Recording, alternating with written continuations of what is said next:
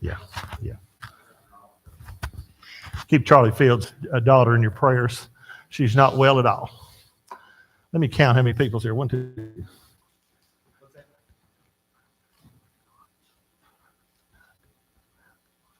How many are there?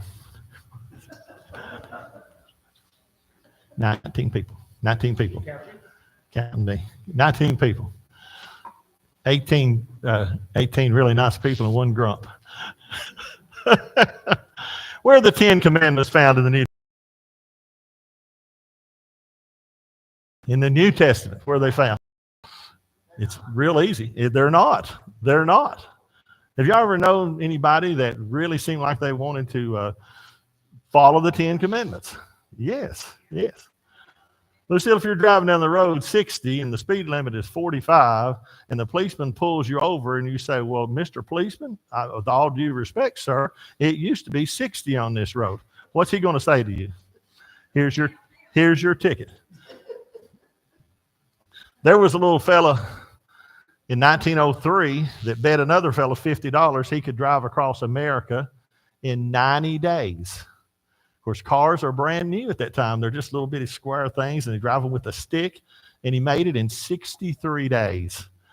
It's 3,000 miles across America, but in 1903, it was 5,600 miles because there were a lot of places there just weren't roads, okay? So that seems silly now. Take you 63 days to drive across America. Things change, don't they? Cars are different. You can take off this evening and drive 500 miles before midnight if you really want to get after it. You can do that, can't you?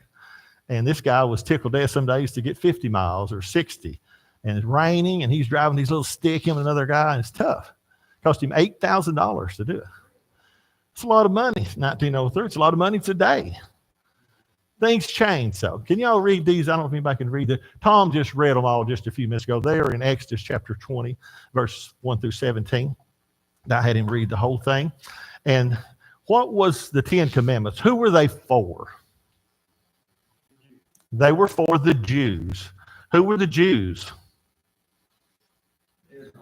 The Israelites, God's chosen people. All those answers are exactly right, okay? Those answers are, and God told who that all the nations of the earth would be blessed through him? Abraham. And he had a son named Isaac, and then he had a son named, Isaac had a son named Jacob, and then Jacob had how many sons?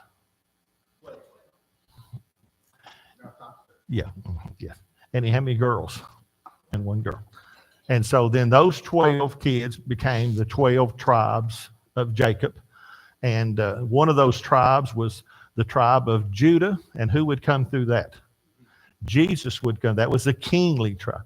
And one of those tribes was the tribes of the priests. And who were they? The Levites, okay? Levi was one of the sons of Jacob, and he had sons, and those boys would be in charge of all the offerings to God. And this is a lot of rows, and lots and lots of rows. But we're going to talk about the 10 commandments. It's not particularly found in the New Testament, they are. But we're going to mention the command, and I want you all to help me out here. And we're going to mention the command, and then we're going to see what the New Testament says rather than that particular command. Okay, Exodus 20, verse 3. Jill, read that for me. It's right there on the board. Everything should be on the board that we're looking at today, unless you... Okay, that's commandment number 1.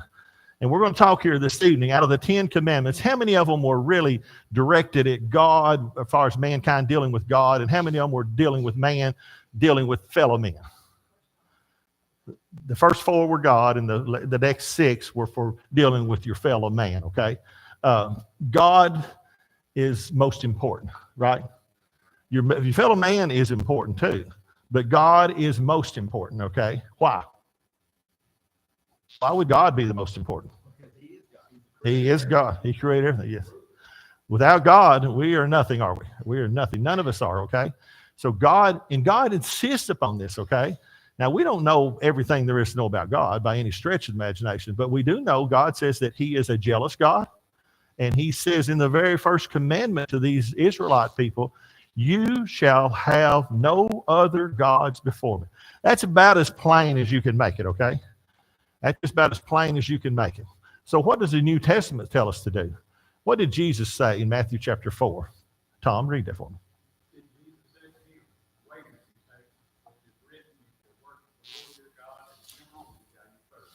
Okay. Jesus is being tempted before he begins his public ministry. When he's 30 years old, he's taken out to the wilderness and is tempted by Satan.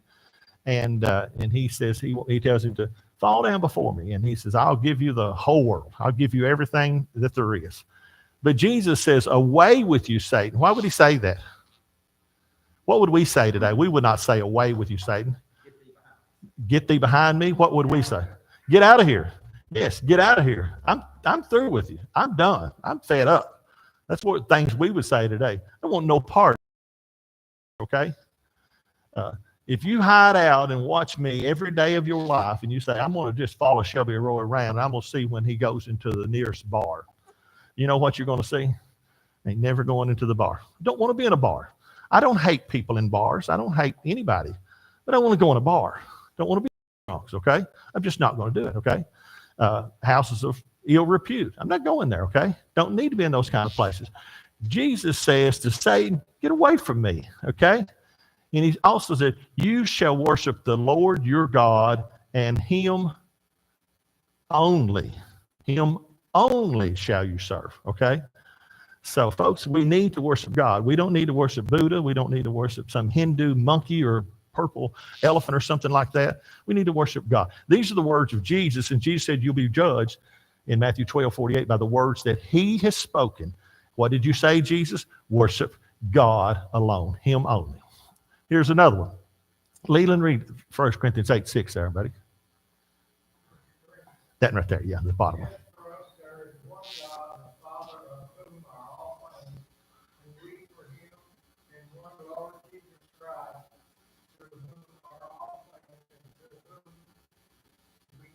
Okay, this is Paul writing to the people, and these people are having some issues, and they got some problems, just like, has every generation had problems? Yes, yes. If you'd been born in 1898 and you were an American citizen, a young man, there's a really, really good chance you'd have went to the World War I. Really good chance, okay? If you'd been born about 1922 or something like that, pretty good chance you're going to World War II. Really, 1842 or something like that, pretty good chance you're going to the Civil War, okay? Whether you want to go or not, okay? If you lived in 1929, you got a house, a wife, and 10 kids, and the Depression comes, you know what would happen? You're going to be some hard times, okay? Very, very hard times. Don Carter's Uncle Herman bought a little store and tried to run it from 1929 to 1931. If you went to Top Camp Nelson Hill and you see where the cemetery is there, the cemetery was there, but there's right beside the road. You pulled over, and there's a little bitty building there, and he sat there on the front porch, and what little front porch it was, the building was about 8 by 8, and he would go in and get you a bag of salt, maybe some sugar, maybe some tobacco, and he said everything that he sold in his store in the 2 years he had it, he bought it at this price, and he sold it at this price. You know what that, Leland? Didn't last long. 2 years. Bad time to open up a store. Your dad, Jill's grandpa and grandma, Ron's mom and dad, they decided they would go down to Wallens Creek and open up a store. Well, they kind of went at a bad time. It's during the Depression, okay? Ron Rogers was born in Wallens Creek, and I wondered how he got there. And he said, well, we went down there to run a store. It didn't work out, did you? It wasn't because they didn't know how to run a store. It had nothing to do with that. Ron and Joyce could run a store as good as anybody when Ron grew up. But it's just a hard time. And so we in the time we live in, people have always had trouble. And we are for him. There is one God, the Father. Okay, one God. We have to get this stamped down in our mind. If you don't think that there's one Father, then you're going to struggle. Okay, commandment number 2, Boo.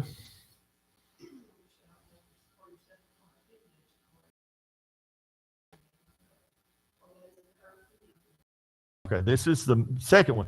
No other gods. And now to really punctuate that, God is saying, you will not make yourself anything and say this is God, okay? Do we have any examples of people doing that? Yes, absolutely. The children of Israel, they made a God a golden calf because Moses, he's left us. He's not coming down from the hill. But God does not want this, okay? There's cultures in this world today, and if people's watching on the internet, they may hear that are worshiping statues, and they're worshiping gods that they say this is the God that did this or this for us, okay? But God, the only living God, the only true and living God, says that's not appropriate. It's not. Don't make it look like anything.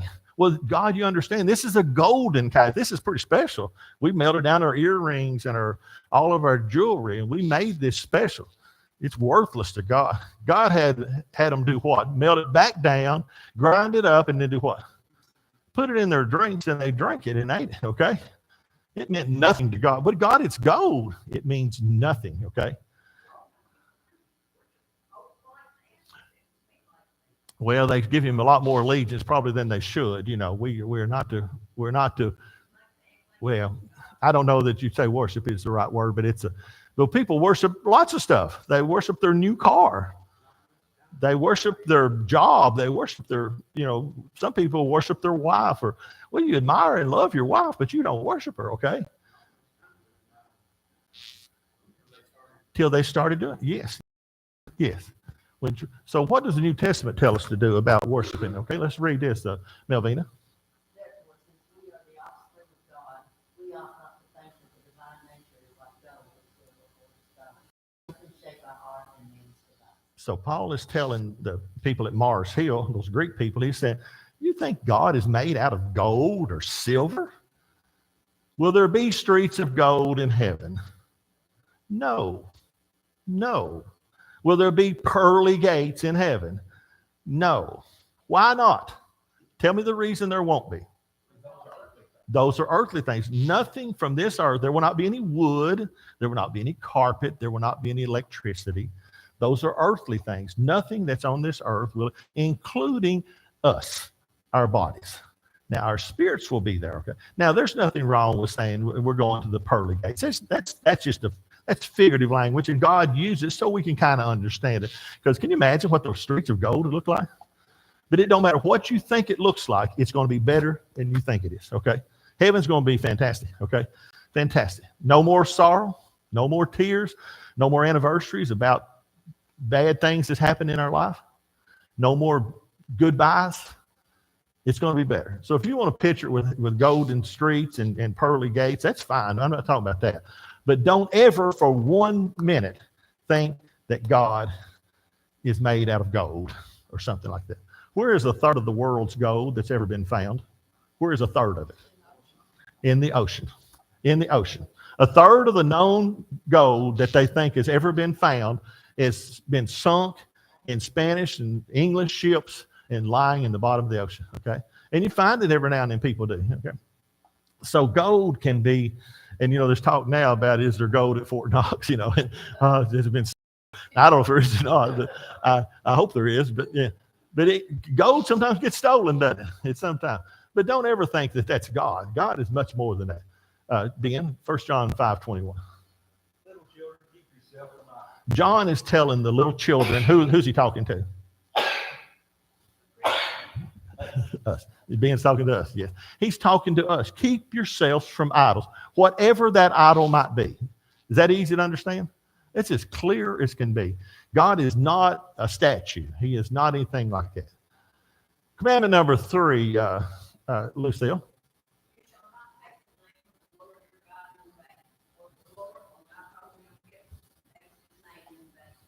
Okay, this is the Lord will not hold him guiltless. What he's saying, he will hold you guilty if you take his name. So if you go out here and just say all the time, well, GD this, GD this, is that proper? What about OMG? That's not proper. That's an empty, hollow statement that should never be said. Don't ever write down on the computer OMG. And if I see somebody do it, I usually just move on like it's on face. I don't want to see it. It's not proper, okay? Not just God, I mean, Jesus. Yes, it's just too flippant, okay? And we don't need to say that at all.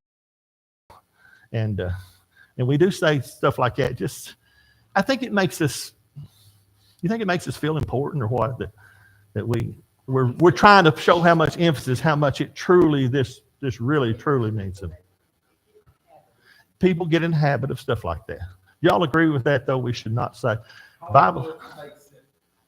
You got to be tough to cuss. Yes, yeah. Songs on the radio, you got to be tough to do these things. And so culture appropriates it. That's what's driven into as a teenage boy. Yes. Yes. This is what it's driven into.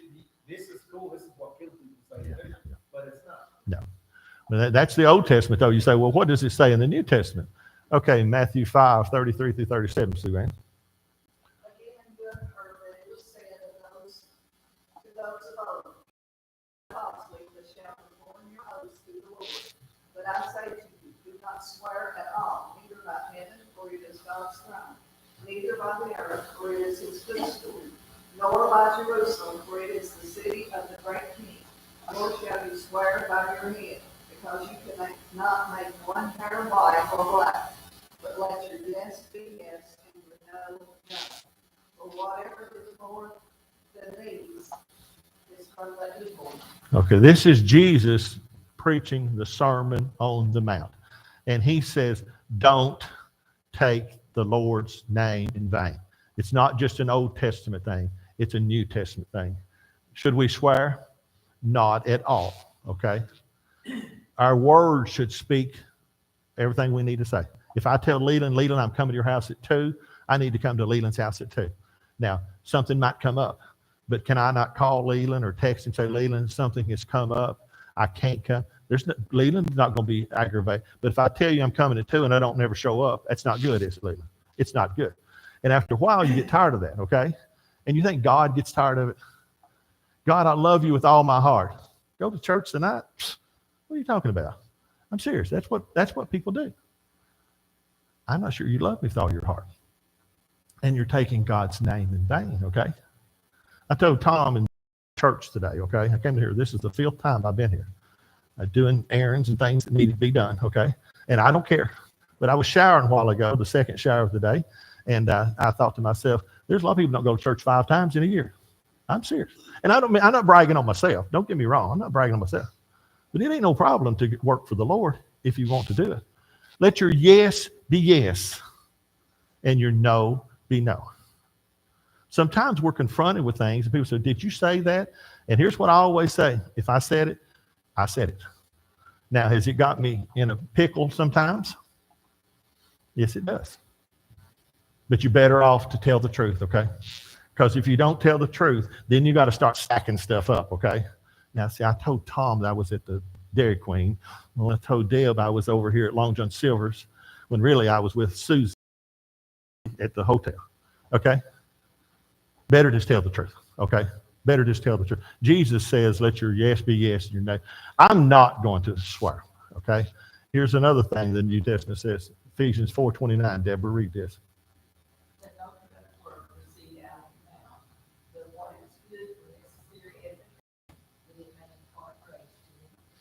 What if you say something nice? It's a lot better, isn't it? Well, I'm going to get my 2 cents in. I don't know what nobody says. I'm getting my 2 cents in. Well, you might get it in. But it don't make any growth, does it? Those words never go away. They never go away. No. Give somebody, Right. move past it, but Right. those words will come, and Satan will make sure those words come back. Yeah, into your mind. they'll come back. Try to put, hearts Yeah. between the two. Yeah. You can't ever take them back. No. That's why God put 2 guards over the tongue. That's exactly right. Okay, James 5:12, Maria.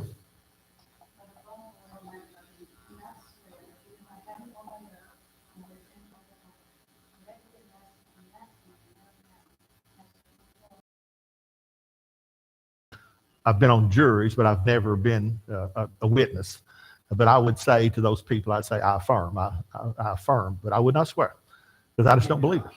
They do give you an option, okay, and they should. Because there's a lot of people that don't want to swear, and I take it seriously. Don't swear, okay? Swear or affirm, yeah.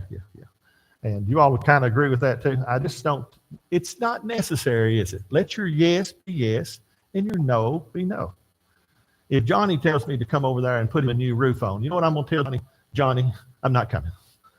If I get up on the roof, I'll probably get killed. I used to could have done that. I can't do it anymore. And so, Johnny, fine. I'll help you find somebody else. But I'm not the answer for that, okay? Used to, I could do that. I can't do that no more, okay? It's better to be just tell no as to lie to you and say, oh, yeah, I'll be there. Yes, Ben. The whole idea behind this is that your character should be such as a Christian that people shouldn't have to make you swear. Right. They know when Shelby says yes, he means yes. Right. I don't have to make him promise. Right. I don't have to make him put his hand on the Bible. Right. Your word should be good. Yeah. Now, what if you say yes to something and you don't later that you forgot to do that? What should you do? Apologize. And a good apology, people accept apologies if they see you're sincere. Now, if you're lying and you apologize every day to them, that's kind of a different story. Commandment number 4, what does it say? Before we leave that, okay. We don't see that much talk about taking the Lord's name in the New Testament because it wasn't done. If you took the Lord's name in the Old New Testament, he was took out and he was stoned. Yeah. So it wasn't something that was right done. They had to address because back then people didn't do it. They did not do it. God. Right. A lot of the works of God, they wouldn't even utter out loud because they had so much reverence. Right. Okay, commandment number 4, remember the Sabbath day to keep it holy. And what does the New Testament tell? We aren't instructed to keep the Sabbath. And we're going to talk more about this at the end of the lesson. We're going to skip this for right now. But it says to keep the Sabbath. We'll talk about that at the end of the lesson. Linda, read number 5, honey. Commandment number 5.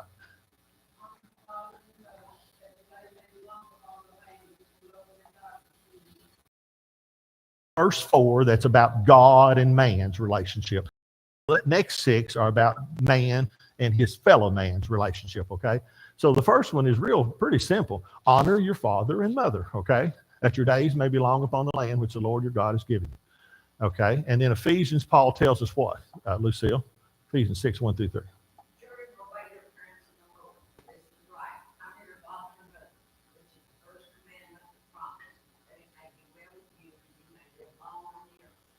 Okay, how do you obey your parents?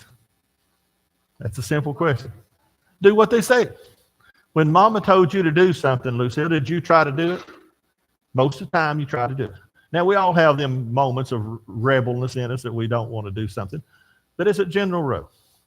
I've told y'all this before. The night before I got married, I was 21 years old. I come home from Deb and I were out on a date, and about midnight, I rung the doorbell. I got a key, but I rung the doorbell because my mother wanted to get up and make sure her little boy was home. It's the last time I'd ever come home as a single child, okay? But why did I do that? That's what Mom wanted. It's what she wanted. When Mom and Dad says, listen to what Wilma says, well, we didn't really want to listen to Wilma a lot of times, did we, babe? We didn't want to stand there and drink Kool-Aid and eat peanut butter sandwiches in the rain, but we did it anyway because it's what Mom and Dad said. You know what I'm talking about. You do things like that. And you go see your mom and dad, and you go tell them you love them, okay? And you honor them. And sometimes they get on your nerves. I know sometimes Daniel and Jessica think, oh, that poor daddy of ours, he's so stupid. And that's okay. That's what children do sometimes, okay? But if I go to the hospital tonight, they'll be there. If we can't honor our parents, you're on a certain dependency. Yes. How can we honor our father? Yes.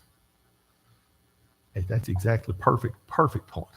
Okay, commandment number 6, Ella. You shall not murder.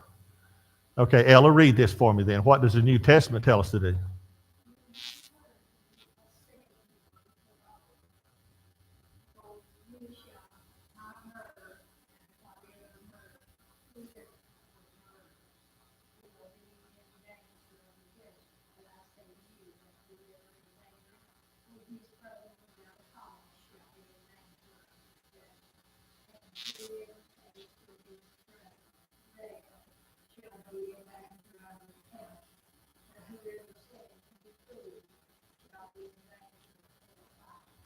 Okay, this is Jesus again in the Sermon on the Mount, and he goes through a whole litany of things in these 3 chapters, Matthew 6, 5, 6, and 7.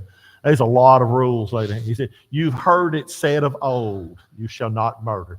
That was the law that Jesus lived under, okay? Should we try to murder today? No, but we go further than that, don't we? What do? We're not even supposed to hate our brother, are we? Because what happens with hate? Does it grow or diminish? Hate always grows, don't it? If I start hating Tom and then he'll say something or do something or not do something, I'll hate him even more. And that's sorry thing. Then he didn't come see me, and then it gets more, don't it? And becomes snowball, don't it? Okay. And what if you say, well, Tom, he kind of wronged me, but it's all right. I'm going to move on. I'm not going to hold it against him. I'm not going to worry about it. And life goes on. Wouldn't it be a lot better for both of us? And a lot of times people that are wronged haven't really been wronged at all. The people that wronged them didn't even know what they were doing. It was a simple mistake or a misunderstanding, okay? But sometimes it goes into this big snowball running down the hill and runs over everything in its way. And we see extremes. There's people in the penitentiary right now that are sitting there twiddling their thumbs thinking, what in the world did I do? What did I do? That guy took a baseball bat and hit my mailbox, and I went down the road and killed him, okay? And I'm in jail for 25 years, or 30, or 40. I killed him because he knocked my mailbox down. Well, I wish he hadn't knocked the mailbox down. Don't get me wrong. We don't want people knocking mailboxes down. But you killed him because he knocked your mailbox down? And now you're in jail? Folks, can't hate. Bible, Jesus says don't hate. What else does it say? 1 John 3:15. Ben? Whoever hates his brother is a murderer. You know that no murderer has eternal life behind him. So can we hate our brother? You cannot hate your brother. You cannot do. Okay, commandment number 7, Jill. You should not commit adultery. Okay, that's what clear as a bell. What's the New Testament say? Leland, read this for me.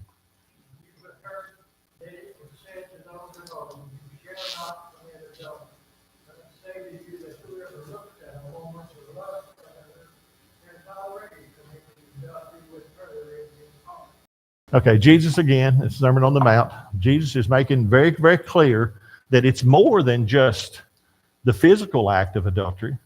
It's the mental aspect of it, don't you? That's what he says in it. Is this a hard command? It is a hard command. It is a hard command. Mike Johnson said when they were in Bible school, Bible class in college, learning to be preachers, he said that they always said, don't look twice. This is the rule they went by. You see the pretty girl, you can't keep from looking. Wow, she's pretty. But you don't have to lust after her and in your heart because you've committed adultery already. It's a hard commandment, okay? But we are not to commit adultery. Okay, Boo, read 1 Corinthians 6. Do you not know that the unrighteous will not inherit the kingdom of God? Do not be deceived. Even fornicators,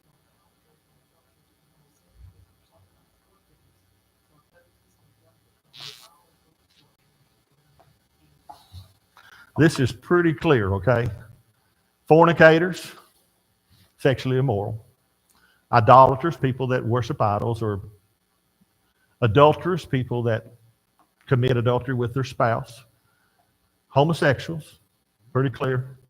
Sodomites, homosexuals. Thieves, covetous, drunkards, revilers, extortioners. What's an extortioner? Someone who forces you to give money. Mm-hmm. Someone that forces you, right? Cheating, people cheating. What's a reviler? Stirring up trouble. What about a drunkard? What's a drunkard? Somebody gets drunk all the time. Covetous people. I want what? I want more. Okay. And thieves. My dad used to say, I hate a thief, okay? Well, that probably was not the right terminology to use, but he strongly disliked a thief, okay? And I think all of us strongly dislike thieves, okay? The Bible says they will not inherit the kingdom of God. Now, does that not mean they can not be saved? What? We can't hate them. No, you can't hate them. Hate the sin, love the sinner. And they can be forgiven, okay? There's people could have done all these things. And Paul would tell the Corinthians, some of y'all that's who y'all were. But you've been washed and you're clean. The New Testament is very clear. Number 8 here, Tom. Shall not steal. That's pretty clear. What's the New Testament say? Here we go. Same thing. Read that, Tom.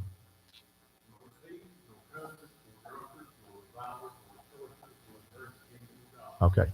If you're a thief and you continue in your thieving ways, okay. Now, can you be a thief just by going up and putting a gun to somebody and demanding their money? Yes. Can you sneak around their house at night and be a thief and steal from their gas or their car or whatever? Yes. Can you take money out of the church plate? Yes. Can you see Leland drop a $20 bill and pick it up, put it in your pocket and say, mm-hmm. That's a thief, isn't it, Leland? I mean, you saw him drop it, but you kept it yourself. Those are all thieves, okay? Doing your income taxes. Can you be? I did my taxes on Monday, and I thought, I wish I'd have to put this down, because I'm doing the little stuff online. As I put it down, it goes from green refund to red pay, okay? I hate the red pay. I took it back off, and it's green refund. Put it back on, red pay, okay? Well, I put her on there, and red paid, okay? So that's just what it is, okay? You don't like that, okay? You don't like that. I'm not going to miss heaven because I got the red pay on the income taxes. Wait, sorry. We're commanded to give. If we don't give, is that considered being a thief? It is to me. She says we're commanded to give. If we don't give as we have been prospered, and only you know how you've been prospered. Ella may have $27 million in the bank. I don't know. I don't know. It's her business, okay? Maria may have $50 million, okay? You might have $12 in there, okay? You know. And who else knows? God knows. And you can fool the church. You can fool a lot of people. You won't fool God. I think it is. I think we should give as we've been prospering. I heard a story about a preacher one time during off taking a talk, he went around with it. Yeah. He watched every person put in, people put in photos, he'd open it up, look at it. Yeah. And people were getting madder and he got up there and did it, and y'all was like looking at that, did you? No. Don't you know that God knows that? God looks at that too. You might hide it for me, you might hide it for neighbor, but you ain't hiding it for God. That's exactly right. Exactly right. Shelby, Yeah. nephew, his wife was going to church in Richmond, and it was a requirement that they had to let the secretary, treasurer, somebody know exactly how much money they made, and they were told what they were to give. Yeah. And there are some congregations at the first of the year, you write down, I'm going to give $100 a week. I'm going to give $5,200. And that's a binding contract. They can take you to court. You just say halfway through the year, you quit going to church there. They can take you to court and have and will and make you pay that other $2,600 that you still own.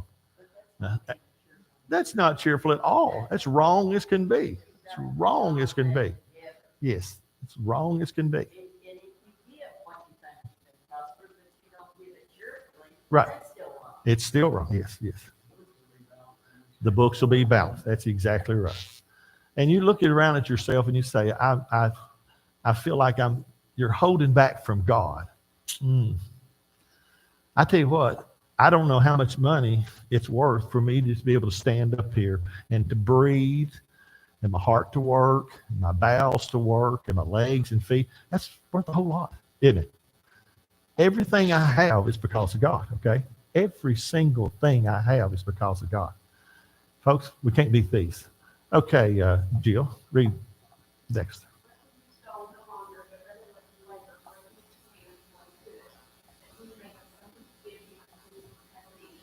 Okay.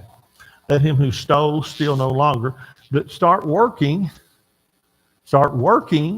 and then you've got something to give somebody else, okay? You got something to give somebody. I talk with Will a lot when he and I are together, just the two of us, and I tell him, I say, now, Will, you always want to work, okay? Work is productive, and it's good, and it's fun. Work is fun. And it feels good when you got some money in your pocket that you can stop and get an ice cream, that you can give to the church, or you can buy somebody a meal, okay? And I see people doing that all the time. You guys do that all the time for people. You're very, very generous, okay? That's what we have to be, don't we? Because we work. Now, some of us are retired and don't have to work as much as we used to, but we still do our very best to be productive and take care of things that need to be done. Commandment number 9, Deborah. How many tens of thousands of people have stood in a bar back in the old West days or in the country store, and they said, I hate John Smith. I wish he's dead. I despise that man. Okay? And then all of a sudden, John Smith comes up missing the next day, comes up dead the next day. Well, I heard Shelby down there at the bar. He's talking about he wishes dead. Well, I didn't kill him. I'd run in my mouth, but I didn't kill him. Okay. And you know what? A lot of times people like me got hung. Well, it had to be Shelby because he clearly said it. Well, I did say it, but I didn't do it. And you shouldn't have said it, right? But people bear false witness, don't they? I don't really like Shelby. Pretty good way to get rid of him. I don't know if he done it or not. I don't care. Shelby did it. You know, that's a false witness, okay? There's been countless people been sent to the electric chair or to the hangman's noose because of false witnesses, okay? Salem witch trial. Yes. This girl's eye was a little different. You know, she looked at me strange, okay? She clearly a witch. Let's hang her. And those things are terrible. Bearing false witness against your name.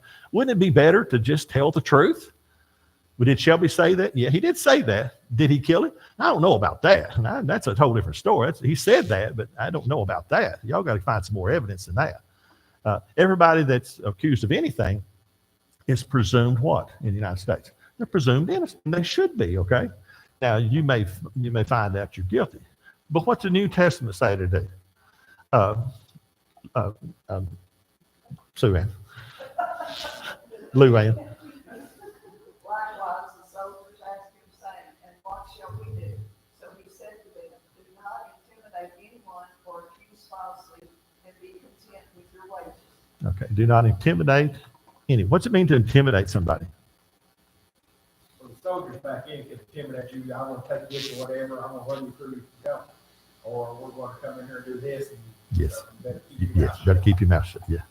Don't accuse people falsely. You ever watch little Andy Griffin when Opie the bully tries to beat him up over his lunch money, okay, over his nickel for his milk money? That's a good little story. But the little boy says, if you tell, you know, pow, you get it. And we do that sometimes, even as adults. Okay, Maria, Ephesians, honey.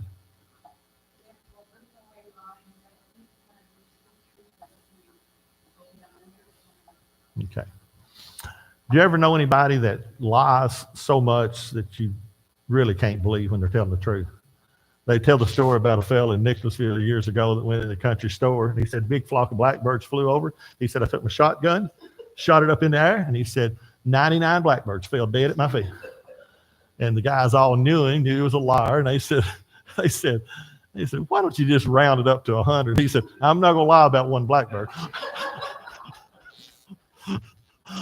Bless his heart. That's an old story, and it's probably truth. But I've known people that you can't believe a word they say. Really, I mean,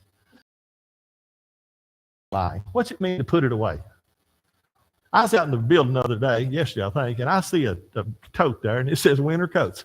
We've been living at that house since 2018, okay? And sometime in 2018 we put them winter coats in that tote, and we must not need them too bad, must we, Dale? You know what we did, Tom? We put them away. And they're labeled, and we know there's winter coats in there. At least it was when we put them in there. Okay? We put them away. Y'all ever do that? And you look at it later and say, well, I didn't know I had that. Why? You put it away. That's what it means with lying. Quit lying. Just quit lying, okay?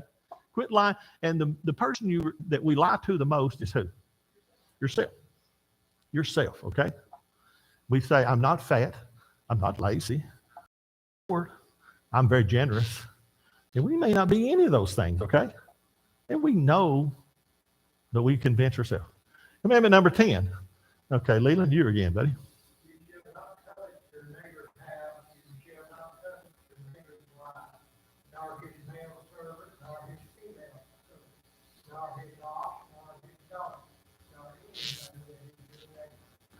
Larry Brown and Susan live just past us, and they got the nicest farm in the whole country. And when Larry Brown drives a tractor down the road, him or one of them boys, or one of them combines, it's good stuff, okay? This ain't no junky equipment. This man has got good stuff, okay? I don't covet it one bit, okay? I'm glad he's got it. And you know what I usually say? I wish Jimmy had that. That's what I say. I wish Jimmy had it. And I don't mean to take it away from Larry. I'm glad he's got it, okay? You build a new house, I'm glad you've got it, okay? You get a new car, I am tickled to death you've got it, okay? Why should we be that way? That's the way we should be, shouldn't it? Leland has brought in 10 or 12 new cars since he's been here, since I've known him, and I liked them all. I like them all. I liked every one of them. And I've never been jealous. I'm tickled at if he wants to go get her one tonight, Leland, go get her, honey. I'm all for you, okay? We don't covet that stuff if you're the right kind of person. We rejoice with those that rejoice, and we're sorrowful for those that are sorrow, okay? This is the one people, some religions split in half. Yeah. In order to keep the 10th commandment. Yeah. To get rid of the graven images and split number 10 Yeah. in half. Yeah, okay. Okay, Ella, read again for me. What does New Testament tell us to do about covetousness?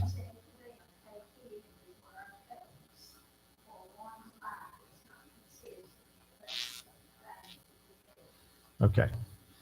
If you don't believe this, go to a military cemetery. Camp Nelson would be a good place to go. And you can walk along and you'll see this real nice grave for Private Johnson. And then the next grave will be 4-star General Smith. The graves look the same. Pretty grass, pretty stone, different dates, different names. Mr. Johnson and Mr. Smith have wound up both at Camp Nelson. And their bodies were buried in the ground. And now their bodies will decay. But it's a nice memorial for them. So is there much difference in the 4-star General or the private? Not really. Because life does not consist of the abundance of the thing. And I guarantee you the 4-star General had a lot more money than the private did. That's just a fact. What else does the New Testament say, Jill?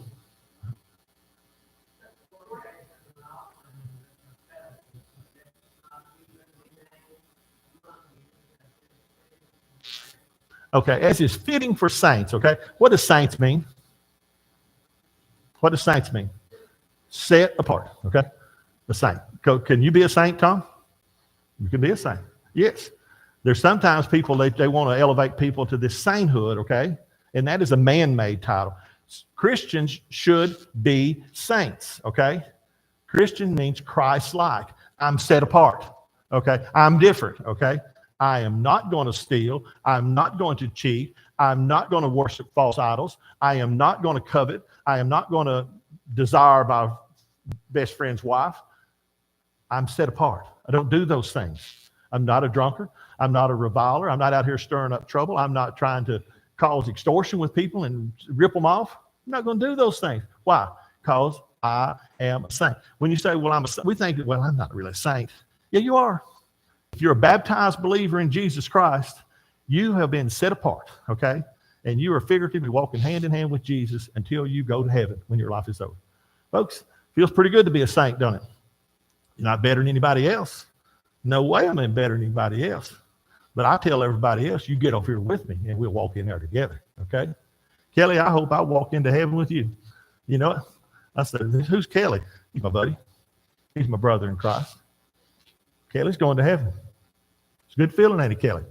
That's a good feeling. It's a good feeling to go to heaven. So back to commandment number 4. Remember, talk about this for just a minute, okay? The Sabbath. The Hebrew word for Sabbath means to cease or abstain, okay? That's what the word means. It was a Sabbath for the Lord. It was a day of worship. It was a day of remembering. It was a day of rest. It halted normal activities. We know how the Jewish people, and Maria knows more about this than I do, way more, because she lived around people that practice Judaism to this day. Day of worship, a day of remembering, it's a day of rest. It halted. And what day? Sabbath day on the Lord rested on the Sabbath. And he said he wanted mankind to rest. Why did God want mankind to rest? Why do we need to rest? Boy, it's not healthy to work. It's not. It's what it does. It's good for our physical well-being. If you get so caught up in worldly things and working, and you have say, I want to be someone Right. It halted normal activities. And it was a day for God and not for work. Now, it was a real thing, and the people kept it to the best of their abilities, even though they kind of fudged on some of the stuff like we would probably have done. But it was a day for God and not for work. But now let's talk about the Lord's Day, okay? We do not celebrate the Sabbath anymore, do we? I've heard people that were Christians say, well, I'll see you on the Sabbath. Well, they have a bad misunderstanding, don't they? No, we're not going to be down here on Saturday unless we're having a cleaning day or something. We're not here for worship. We worship on the first day of the week. Why do we do that, Tom? it replaces the Sabbath. And in Acts 20, verse 7, the Christians came together. Bread, okay? Day of the week to break bread, okay? Why do we do that? Why do we break bread? To remember the sacrifice that's been made for us. We do it every first day of the week. The first day of the week. How many weeks have a first day? If you don't know, look at your little pill box if you've got one at home. Sunday, Monday, Tuesday, Wednesday, Thursday, Friday. It does. Look at your pill box. It's keep it straight. It's real easy, okay? We are commanded to keep the first day of the week. Christians are not commanded to keep the Sabbath. Everybody got this? No problem whatsoever, right? If anybody asks you tonight, so why don't you keep the Sabbath? We're not commanded. 1 Corinthians 16, 1 through 2. Lucille, read that for me.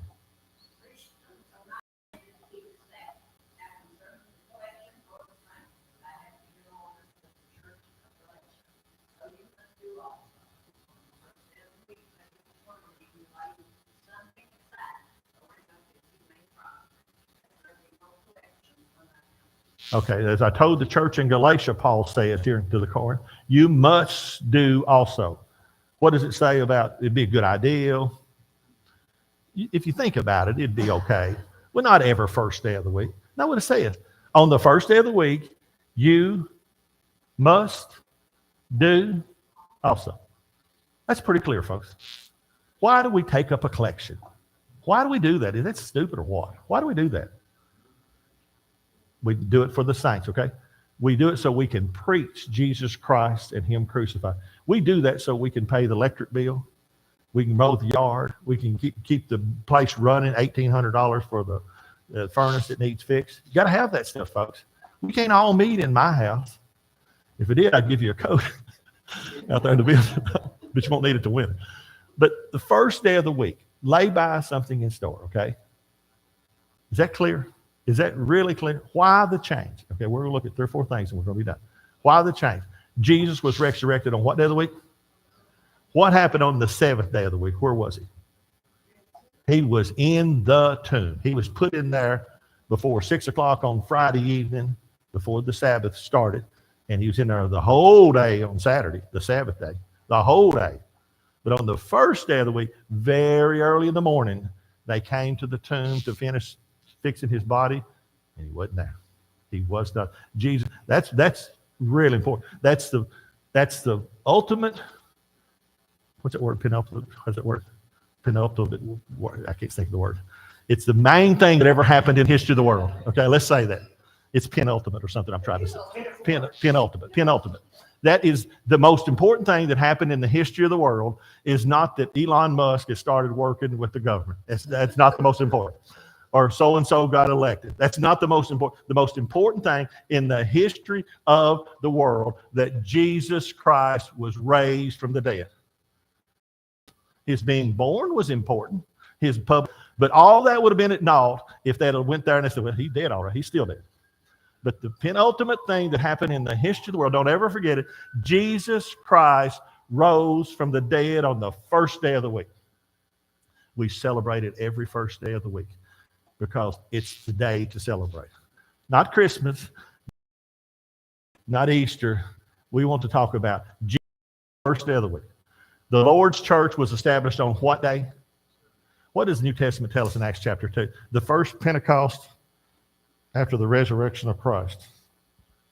What's that mean? The church, Lord's church, was established on the first Pentecost after the resurrection of Christ, okay? How long had that been? 50 days. Pent means 50, and 50 days, okay? There had been 7 Sabbath days come and went. 7 first day of the week had come and went since Jesus. But then on that particular first day of the week, Peter got up and preached the gospel of Jesus Christ. He said, you all have taken with wicked hands and you have crucified the Savior. So people said, oh, what can we do? What can we do? He said, repent and be baptized, every one of you, in the name of Jesus Christ for the remission of sins. And that's what they did. 3,000 souls read. The Lord's church was the first day of the week. Jesus was resurrected. The most important thing in the history of the world happened on the first day of the week. And the most important thing for Jesus, as far as this world is concerned, is that his church, he bought it with his blood, okay? So when you say, I need Jesus, but I don't need the church, folks, You cannot have that. He will not let you have that. You cannot have that. I know what it's like to be happily married, okay? And if you say, Shelby, we want you, but you can't have Deb. $50 million a year. Take your money and go. Can't do that, okay? And Jesus gave every drop of his blood, folks, for the church. Don't mean nothing. It don't mean nothing. It means everything. Anybody have any questions? Thank you so much. God bless you. You did a good job with all your comments and reading. I appreciate you. God bless you. Let me turn this off, and I'll be back.